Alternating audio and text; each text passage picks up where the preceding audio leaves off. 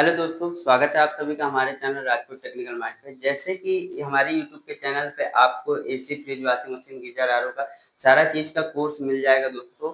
तो चलिए आज की इस वीडियो में मैं आपको सिखाऊंगा जो हमारे फ्रिज होते हैं, एसी होती है, उनमें कौन-कौन सी गैस पड़ती है और किस गैस का कितना रनिंग प्रेशर होना चाहिए, कितना स्टैंडिंग प्रेशर होना चाहिए। तो चलिए इस वीडियो में हम लोग कंप्लीट करेंगे इस क्लास को।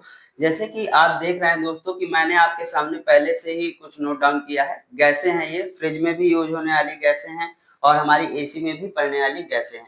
जैसे कि आप देखेंगे कि गैसों के नाम और उनका running pressure, standing pressure, discharge pressure, ये सारा मैंने आपके सामने मेंशन किया है। तो आज मैं आपको इस वीडियो में पूरा कंप्लीट सिखाऊंगा कि आपको फ्रिज के अंदर कितनी गैस डालनी है, बंद कंडीशन में कितनी डालनी है, चालू कंडीशन में कितनी डालनी है, एसी में चाहे इन्वर्टर मॉडल की एसी हो चाहे नॉन इन्वर्टर एसी हो, तो आपको कितनी गैस डालनी उसमें और कौन सी गैस कैसे, तो सारा चीज आज हम लोग इस वीडियो में देखेंगे। तो चलिए दोस्तों, जैसे कि आपके सामने सबसे पहले गैस की बात आती है कि आपको कि चाहे एसी में गैस चार्जिंग कर रहे हो या फ्रिज में गैस चार्जिंग कर रहे हैं, वहां पे आपको देखना है कि उसके कंप्रेसर में कौन सी गैस लिखी हुई है। ठीक है दोस्तों, सबसे पहले मेन बात आ जाती है कि हमारी एसी हो या फ्रिज हो, उसके अंदर कौन सी गैस डाली गई है। तो हम लोग उस गैस को कैसे पता करेंगे, तो उसके कंप्रेसर में देखेंगे कि उसमें कौन सी गैस मेंशन मतलब लिखी गई है। तो उसमें जब आप लोग देखेंगे जैसे कि R134 गैस है, ये हमारी फ्रिज में पड़ने वाली गैस है। इसके बाद आपकी R601 गैस है, ये भी हमारी फ्रिज में पड़ने वाली गैस है दोस्तों। इसके बाद आप देखेंगे हाइड्रोकार्बन, ये भी हमारी फ्रिज में पड़ने वाली गैसें हैं। तो आपको उस कंप्रेसर में देख लेना है कि कौन सी गैस पड़ी हुई है, तब आपको जो गैस जिस फ्रिज के अंदर पड़ी है उसी गैस को आपको डालना है, या फिर किसी एसी में जो गैस पड़ी है उसी गैस को आपको एसी में भी वही गैस डालना है। ठीक है, अब बात आती है दोस्तों फ्रिज में पड़ने वाली गैसें। तो आपको मैं बता दूं कि फ्रिज में पड़ने वाली गैसें हमारी तीन हैं। जैसे कि ये है R134 गैस, इसके बाद आप देखेंगे R600 गैस, इसके बाद आप देखेंगे हाइड्रोकार्बन गैस। ठीक है, ये तीन गैसें हैं। ठीक दोस्तों, अब ये तीन गैसों में आप R134 गैस की जगह पे हाइड्रोकार्बन गैस डाल सकते हैं। क्यों डाल सकते हैं? जब आपको R134 से गैस नहीं मिलती है, उस जगह पे आप लोग हाइड्रोकार्बन गैस को रिप्लेसमेंट की जगह पे डाल सकते हैं। ठीक है दोस्तों, तो अगर आपको R134 गैस नहीं मिल रही है तो उस कंडीशन में आप लोग हाइड्रोकार्बन गैस को भी डाल सकते हैं। ठीक है, ये गैस दोनों सेम है, बस नाम चेंज है। अब बात आती है कि हमारे फ्रिज में R134 गैस है। किसी भी फ्रिज में, चाहे सिंगल डोर का फ्रिज हो या डबल डोर का फ्रिज हो, अगर उस फ्रिज के अंदर R134 गैस है तो उसका रनिंग प्रेशर, अब बात आती है रनिंग प्रेशर क्या है, स्टैंडिंग प्रेशर क्या है, तो इसके बारे में भी थोड़ा समझ लीजिए। रनिंग प्रेशर वो प्रेशर होता है जिस कंडीशन में मशीन हमारी चालू कंडीशन में होती है। जैसे फ्रिज हमारा चालू कंडीशन में है तो उसको हम लोग बोलेंगे कि रनिंग प्रेशर, उसका रनिंग प्रेशर देखा जाएगा जब हमारा फ्रिज चालू होगा। इसके बाद बात आती है स्टैंडिंग प्रेशर। स्टैंडिंग प्रेशर मतलब जब हमारी मशीन बंद हो, जैसे फ्रिज हमारा बंद है, उस कंडीशन में हमारा गैस कितना बताना चाहिए और चालू कंडीशन में कितना बताना चाहिए, ये होता है। चालू मतलब रनिंग प्रेशर और जब हमारा बंद होता है उसको हम लोग स्टैंडिंग प्रेशर बोलते हैं। ठीक है दोस्तों, इसी प्रकार से गैस में जब आपकी एसी जब रनिंग कंडीशन में होगी तो आपको रनिंग प्रेशर देखना होगा, और जब एसी बंद कंडीशन में होगी तब आपको स्टैंडिंग प्रेशर वहां पे देखना होगा। अब चलिए बात करते हैं R134 गैस।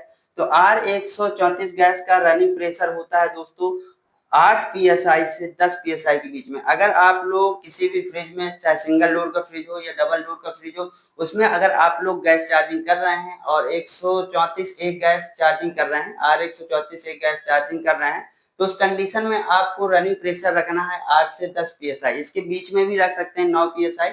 आप लोग 8 psi से 10 psi के बीच में रखेंगे तो बढ़िया प्रॉपर तरीके से कूलिंग आती है एक नंबर की, चाहे वो सिंगल डोर का फ्रिज हो या डबल डोर का फ्रिज हो। आपको 8 से 10 psi के बीच में ही गैस को रखना है। अब बात आती है, ये तो हो गया इसका रनिंग प्रेशर।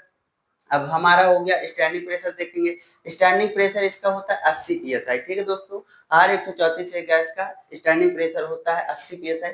इसके बाद हम देखेंगे इसका डिस्चार्ज प्रेशर। डिस्चार्ज प्रेशर की हमको जरूरत नहीं होती, लेकिन फिर भी मैं आपको इसमें बता दे रहा हूँ।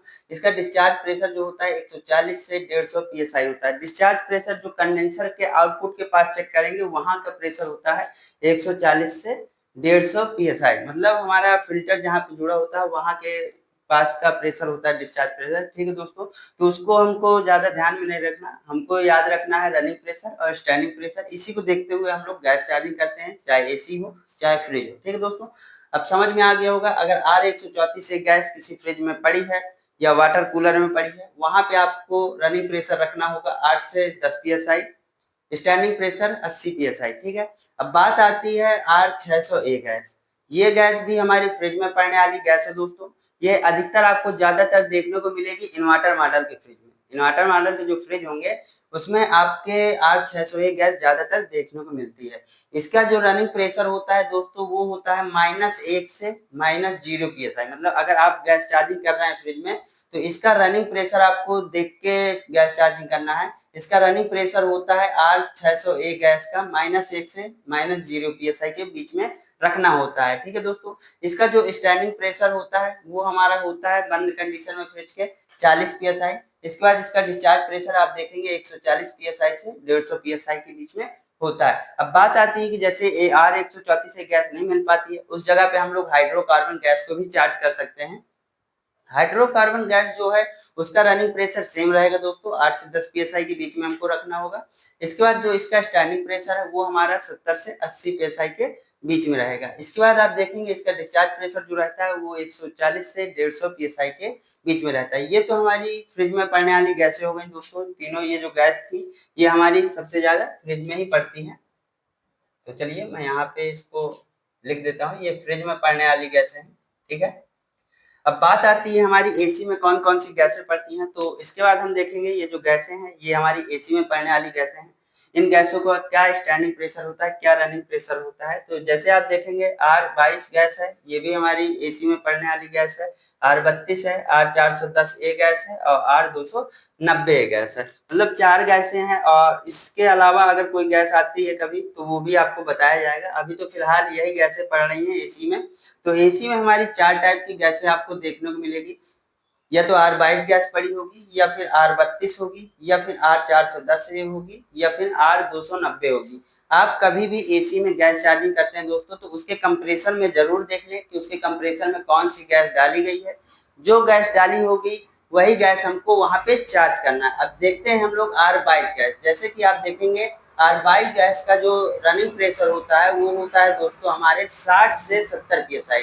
जब आप लोग गैस चार्जिंग करेंगे एसी में, R22 गैस जब चार्ज करेंगे उसका जो रनिंग प्रेशर होगा वो होगा हमारा 60 से 70 psi। मतलब जब हमारी एसी चालू कंडीशन में होगी तब आपका गैस का प्रेशर होना चाहिए 60 से 70 psi। अगर आपकी एसी बंद कंडीशन में है उस जगह पे आपका प्रेशर होना चाहिए स्टैंडिंग प्रेशर R22 का 150 psi से 180 psi, ठीक दोस्तों। अगर R22 गैस है तो बंद कंडीशन में आपको 150 से 180 psi होनी चाहिए और रनिंग कंडीशन में आपकी होनी चाहिए गैस 60 से 70 psi। अब बात आती है डिस्चार्ज प्रेशर की। तो R22 गैस जिसमें होगी उसका डिस्चार्ज प्रेशर होगा 250 से 300 psi के बीच में, ठीक है दोस्तों। अब बात आती है R32 गैस की। ये भी हमारी एसी में पड़ने वाली गैस है। R32 गैस का जो हमारा रनिंग प्रेशर होता है वो होता है 120 psi से 135 psi के बीच में।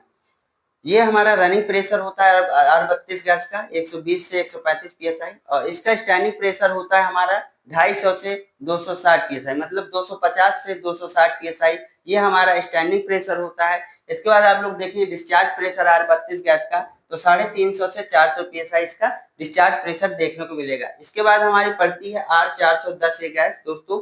ये गैस जो होती है वो 2 गैसों से मिलकर बनी होती है और इसका जो रनिंग प्रेशर होता है वो हमारा होता है 120 psi से 150 psi। जब हमारी एसी चालू कंडीशन में होगी उस कंडीशन में R410 गैस का जो रनिंग प्रेशर होगा वो हमारा 120 psi से 150 psi के लमसम रहेगा। इसके बाद हम देखेंगे R410 का स्टैंडिंग प्रेशर। मतलब जब एसी हमारी बंद कंडीशन में होगी उस समय पे हमारा जो प्रेशर रहेगा 260 से 270 psi के बीच में रहेगा। इसके बाद आप देखेंगे R410 गैस का डिस्चार्ज प्रेशर। तो ये डिस्चार्ज प्रेशर इसका 450 से 500 psi के बीच में रहता है। अब बात आती है दोस्तों हमारी R290 गैस जो कि बहुत ही कम यूज में आ रही है इस समय। पहले सबसे ज्यादा यही यूज होती थी। अब यहाँ पे देखेंगे R290 गैस को। ये भी हमारी एसी में पड़ने वाली गैस है और इसका जो रनिंग प्रेशर होता है वो हमारा होता है 65 से 70 psi के बीच में। आप लोग 65 से 70 psi के बीच में गैस चार्ज कर सकते हैं रनिंग कंडीशन में एसी के। और इसके बाद इसके स्टैंडिंग प्रेशर देखेंगे तो 130 psi से हमारा 135 पीएसआई के बीच में रहता है। जो इसका स्टैंडिंग प्रेशर होगा वो हमारा 130 पीएसआई से 135 पीएसआई के बीच में रहेगा दोस्तों। इसके बाद इसके डिस्चार्ज प्रेशर की बात करते हैं तो 275 से 300 पीएसआई के बीच में रहता है। तो आज की क्लास में मैंने आपको फ्रिज और एसी में पड़ने वाली सभी गैसों के बारे में बताया दोस्तों, उसका standing pressure, running pressure, discharge pressure. जब भी हम लोग गैस चार्जिंग करते हैं तो सबसे पहले हमको स्टैंडिंग प्रेशर देखना होता है। अगर स्टैंडिंग प्रेशर सेम नहीं है तो आपको हमेशा रनिंग प्रेशर जरूर देखना है और इतने के बीच में ही आपको रखना है। एसी हो चाहे फ्रिज, आपका 1 नंबर का कूलिंग करेगा दोस्तों, ठीक है। अगर आपको वीडियो अच्छा लगता है तो वीडियो को लाइक, सब्सक्राइब, शेयर जरूर किया करिए दोस्तों। अगर आप लोग भी एसी का मैकेनिकल कोर्स करना चाहते हैं दोस्तों तो हमारे इंस्टीट्यूट में आ सकते हैं। हमारे इंस्टीट्यूट में AC, fridge, washing machine, geyser, RO, water cooler, deep freezer, ये सारा कोर्स कराया जाता है दोस्तों। और यहाँ पे 3 दिन का फ्री ट्रायल है। आप लोग आइए, आराम से रहिए, ट्रायल लीजिए। अगर आपको अच्छा लगता है तो आप लोग एडमिशन करके आराम से कोर्स को कर सकते हैं दोस्तों। तो वीडियो देखने के लिए आप लोग का बहुत बहुत धन्यवाद।